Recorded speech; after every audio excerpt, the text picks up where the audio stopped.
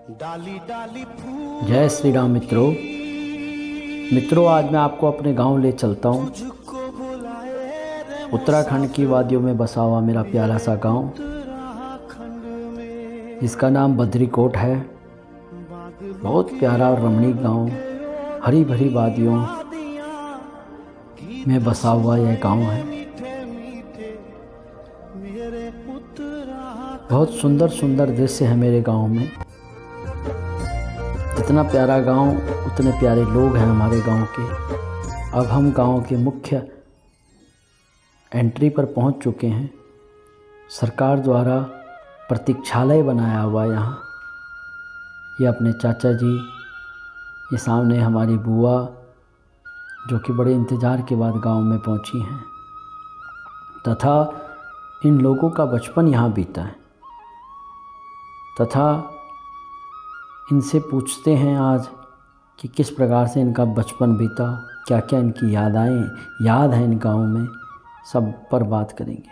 हाँ, ये गांव है हमारा, ग्राम बद्रीकोट है और हमारा पैतृक भूमि है। ये दादा परदादा पूर्वजों से ये भूमि है। और ये क्या कहते हैं कि अब धीरे धीरे क्या है कि साहब क्या बताएं, अपने गांव में जाने का आनंद ही कुछ अलग होता है। बहुत आनंद आता है, बहुत मज़ा आता है। जहां अपना बचपन बिताया हो ना, वहाँ की हर चीज़ पर, कण कण पर हमारे जीवन का कोई ना कोई संकेत ज़रूर होता है, या बीती हुई कोई ना कोई घटना ज़रूर होती है।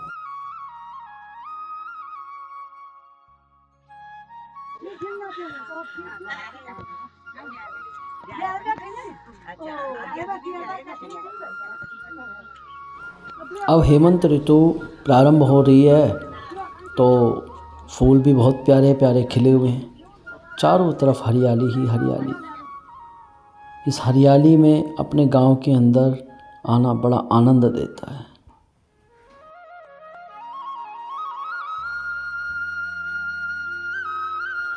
ये हमारा पुराना गांव और ये रास्ता है।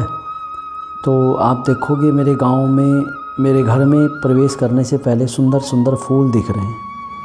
ये फूल मेरे दादाजी के कभी लगाए रहते थे। ये सामने मेरी दादी बेचारी, बहुत प्यारी, बहुत अच्छी मेरी दादी है। इस समय पे वो देखो सामने पंछियों के लिए कुछ ना कुछ भोजन आदि तैयार कर रही है। पंछियों के लिए बना दिया है। दादी प्रणाम। अरे अपनी दादी क्या करनी, दादी क्या करनी बोली?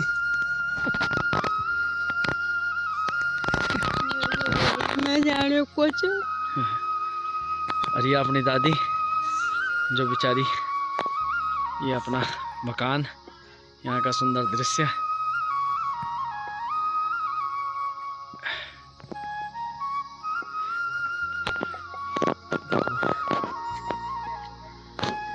इसी ब्यूटी को देखने के लिए पहुंचते हैं इंसान यहाँ।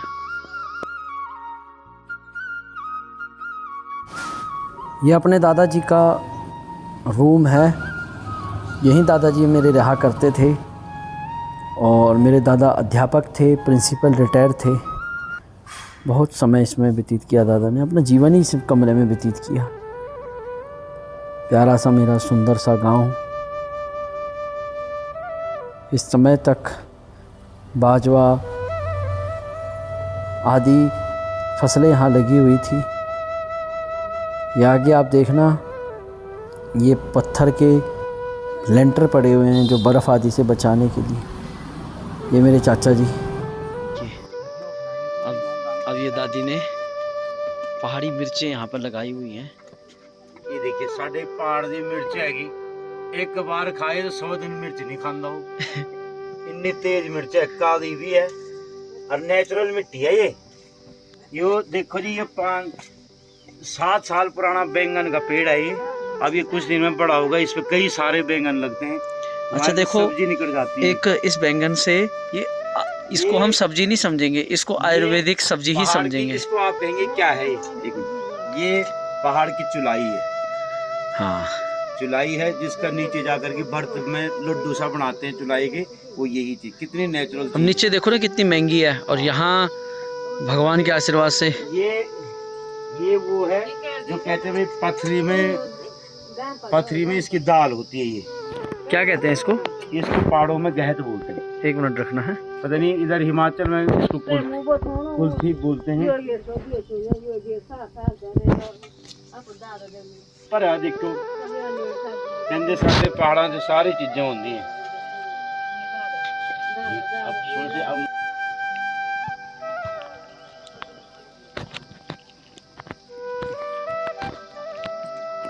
ये देखिए घर की, क्या कहते हैं इसको? ये राई, हाँ, राई की सब्जी है। ये प्योर, जिसको कहते हैं प्योर देसी गायें हैं। ये बद्री नस्ल की गायें हैं, बिल्कुल प्योर। भगवान नारायण स्वयं इस गाय का दूध पीते थे, कहते हैं शास्त्रों में। देखिए प्योर, जिसको कहते हैं काली। इसके दुग्ध देती थोड़ा है, बहुत थोड़ा देती है, पर वो 1 गिलास भी, 1 लोटा भी इतना प्रभावशाली और इतना औषधि युक्त होता है वो।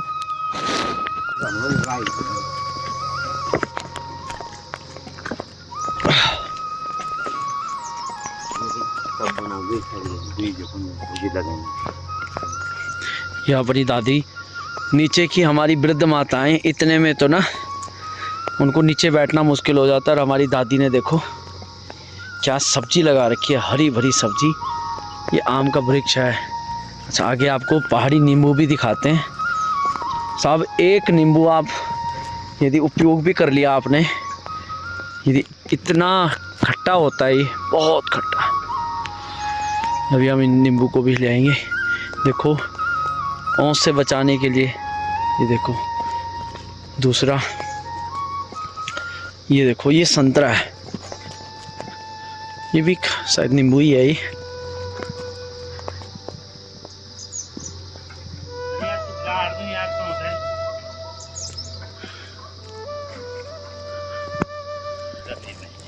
अब हम, ये नींबू है, नींबू को भी ले जाएंगे। ये क्यों है?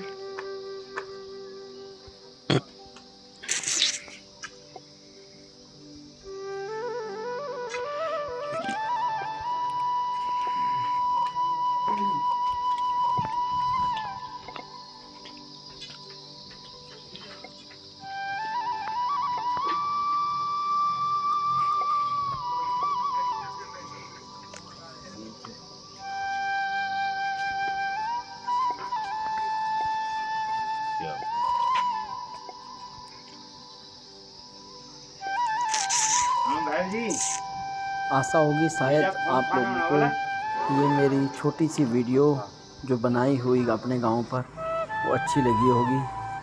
अच्छी लगे तो लाइक करना, सब्सक्राइब करना चैनल को, और वीडियो को शेयर करना। जय श्री राम मित्रों।